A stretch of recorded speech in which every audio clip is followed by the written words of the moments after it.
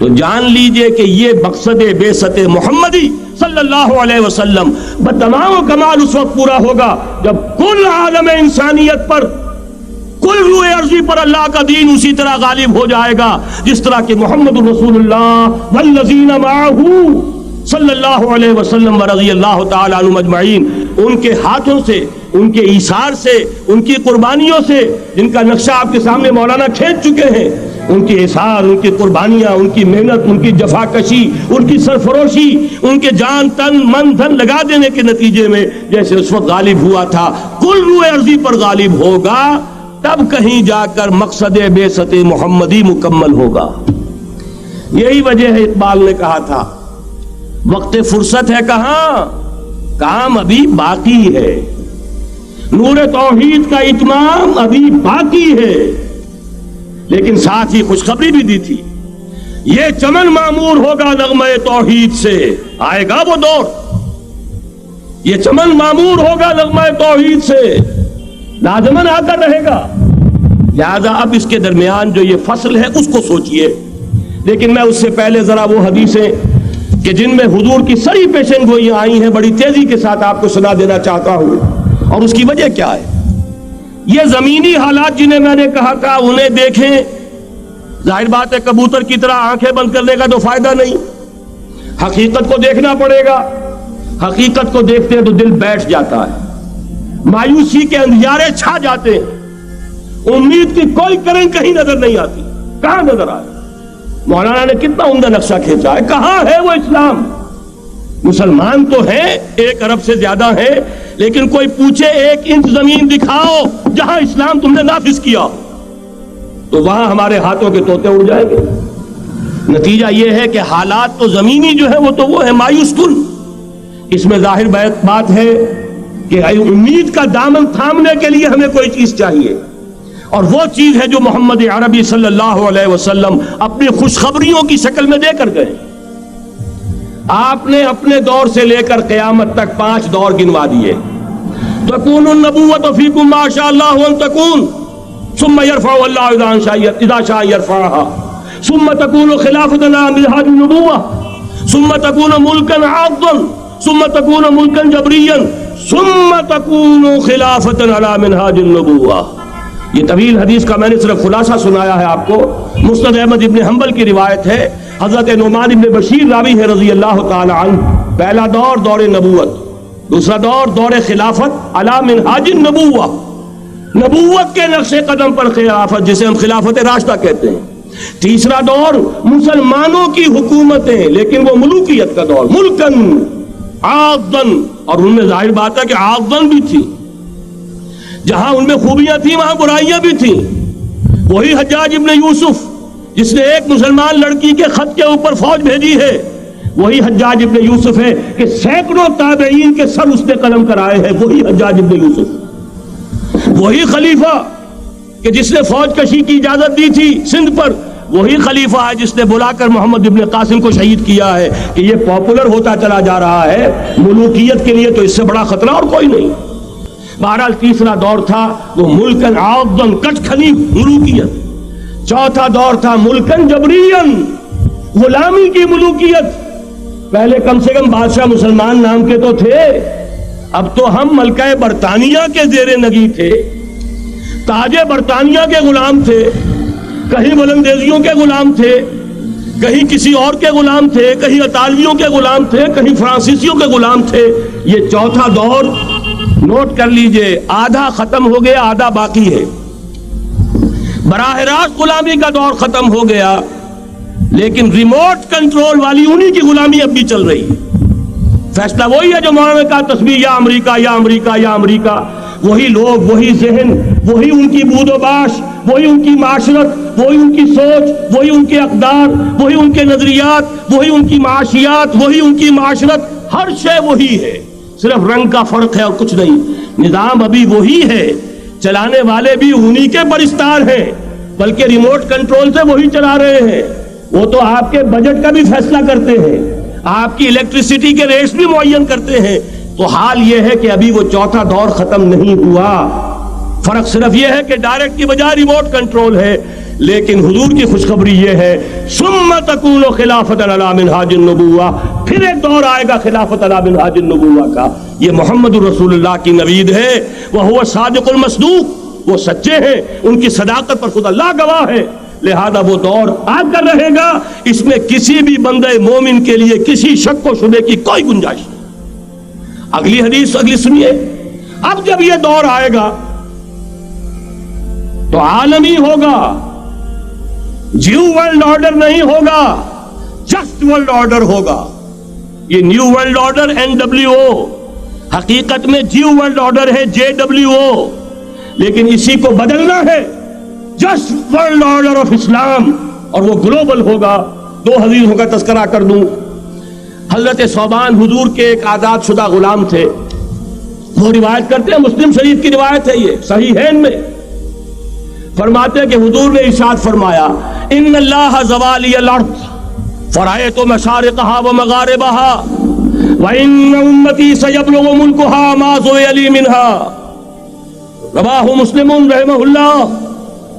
حضور فرماتے ہیں اللہ تعالیٰ نے میرے لیے پوری زمین کو لپیٹ دیا، یہاں تک کہ میں نے اس کے سارے مشرق دیکھ لیے، سارے مغرب دیکھ لیے. اور سن لو مجھ سے، ٹیک اٹ فرام می، میری امت کی حکومت ان تمام علاقوں پر قائم ہو کر رہے گی جو مجھے زمین کو لپیٹ کر اور سکیڑ کر دکھا دیے گئے. گلوبل ہوگی کہ نہیں؟ دوسری حدیث سنیے، یہ پھر مسند احمد ابن حنبل کی ہے. حضرت مقداد ابن الاسود رضی اللہ تعالی عنہ فرماتے ہیں حضور نے فرمایا لا يبقى على ظهر الارض بيت وبر ولا مدر الا ادخله الله كلمة الاسلام بعز عزيز وذل ذليل اما يعزهم الله فيجعلهم من اهلها او يذلهم فيدونون لها. یہ ہے حدیث مسند احمد ابن حنبل کی. اور حضرت مقداد فرماتے پھر میں نے کہا اچھا تب تو ہو جائے گی وہی بات وَيَكُونُ الدِّينُ كُلُّهُ لِلَّهِ، دین کل کا کل اللہ کے لیے ہو جائے گا. حدیث کا ترجمہ یہ ہے کہ حضور نے فرمایا روئے زمین پر نہ کوئی اینٹ گارے کا بنا ہوا گھر رہے گا، نہ کوئی اونٹ کے بالوں کے بنے ہوئے کمبلوں کا خیمہ رہے گا جس میں اللہ تعالیٰ کلمہ اسلام کو داخل نہ کر دے. لیکن یہ داخلہ دو طریقے سے ہوگا، بعز عزیز و ذل ذلیل، یا صاحب عزت کے اعزاز کے ساتھ یا کسی مغلوب کی مغلوبیت کے ساتھ.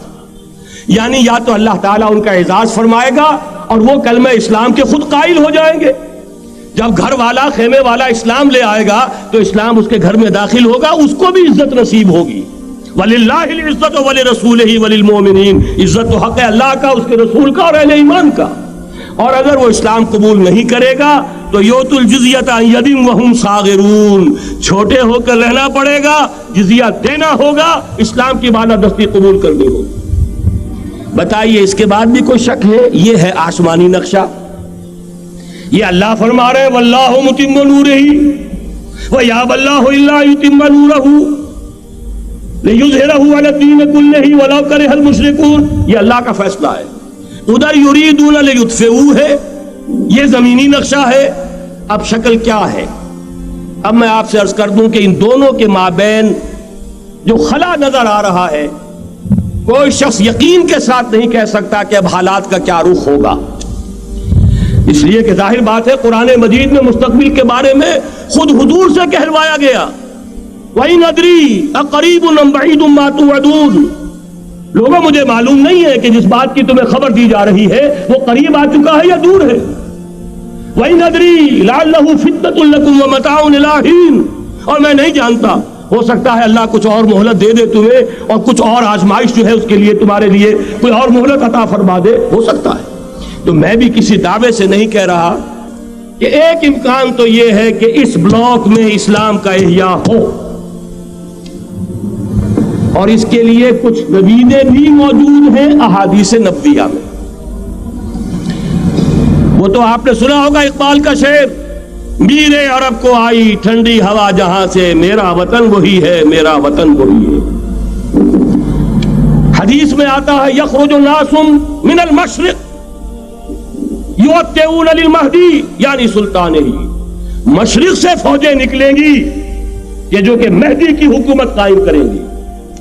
اور یہ ہوں گے حضرت فاطمہ کی نسل ہی سے رضی اللہ تعالی عنہا، لیکن عالم عرب کے اندر پھر ایک طاقت بن کر ابھریں گے، باطل کی قوتوں کے خلاف جہاد کریں گے، لیکن ان کو مدد آئے گی دو طرف سے، ایک زمینی مدد آئے گی مشرق سے، ایک آسمانی مدد آئے گی، عیسیٰ ابن مریم کا نزول، حضرت مسیح علیہ الصلوۃ والسلام جو زندہ آسمان پر اٹھائے گئے تھے نازل ہوں گے، اور در حقیقت ان دو مددوں کے نتیجے میں پھر یہود کا قلع قمع ہوگا، اور یہی گریٹر اسرائیل ان کا گریٹر گریو یارڈ بن کر رہے گا، عظیم تر قبرستان بن کر رہے گا۔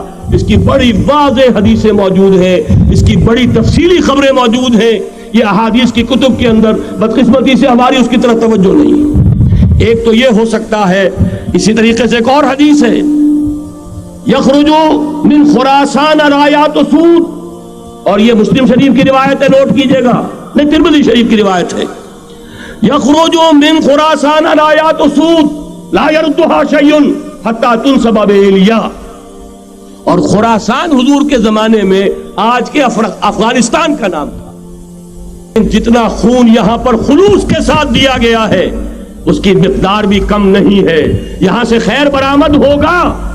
اور دوسری بات اپنے بارے میں نوٹ کر لیجئے، یہ پاکستان، بچا کھچا Pakistan, what remains of Pakistan, یہ اصل میں ہے کیا؟ مولانا بہت خوبصورت انداز میں فرما رہے تھے، یہ 313 نہیں تھے، اسلام تھا۔ اسی طرح نوٹ کیجئے، پاکستان نہیں ہے، 4 صدیوں کی تجدیدی مساعی کا حاصل ہے۔ آپ نے کبھی نوٹ کیا ختم نبوت کے بعد اب سب سے اونچا منصب کس کا ہے؟ مجددین۔ سنن ابی داؤد کی روایت، ان اللہ یبعث فی هذه الامہ علی راس کل 100 عام من یجدد لها دینها۔